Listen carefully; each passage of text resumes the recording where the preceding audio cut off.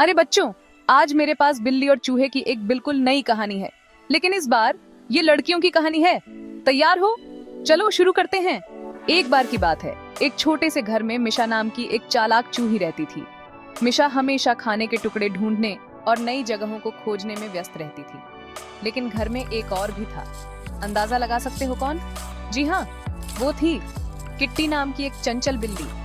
Kitty को मिशा को घर में इधर उधर भगाना बहुत पसंद था। एक धूप भरी सुबह मिशा टेबल के नीचे पड़ी पनीर का एक टुकड़ा कुतर रही थी। अचानक किट्टी ने उसे देख लिया। पकड़ लिया, किट्टी ने झपट्टा मारते हुए कहा। लेकिन मिशा बहुत फुर्तीली थी।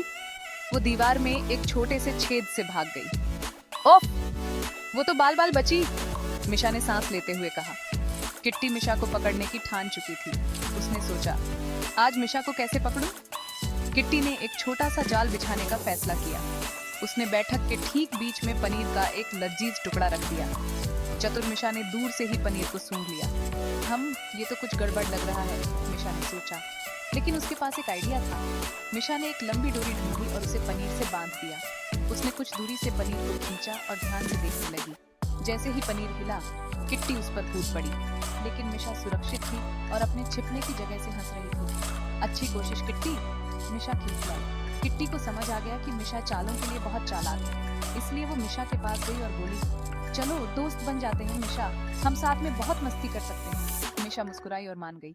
उस दिन से किट्टी और मिशा सबसे अच्छे दोस्त बन गए। वे खेलते, खाने के टुकड़े बांटते और साथ में खूब मजे करते। और अंदाजा लगाओ क्या हुआ? उन्होंने फिर कभी एक दूसरे को छलने की कोशिश नहीं की।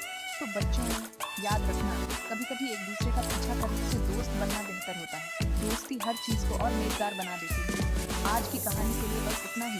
बच्चों, अगर आपको मजा आया हो तो और मजेदार कहानियों के लिए लाइक और सब्सक्राइब करना न भूलें। Bye bye.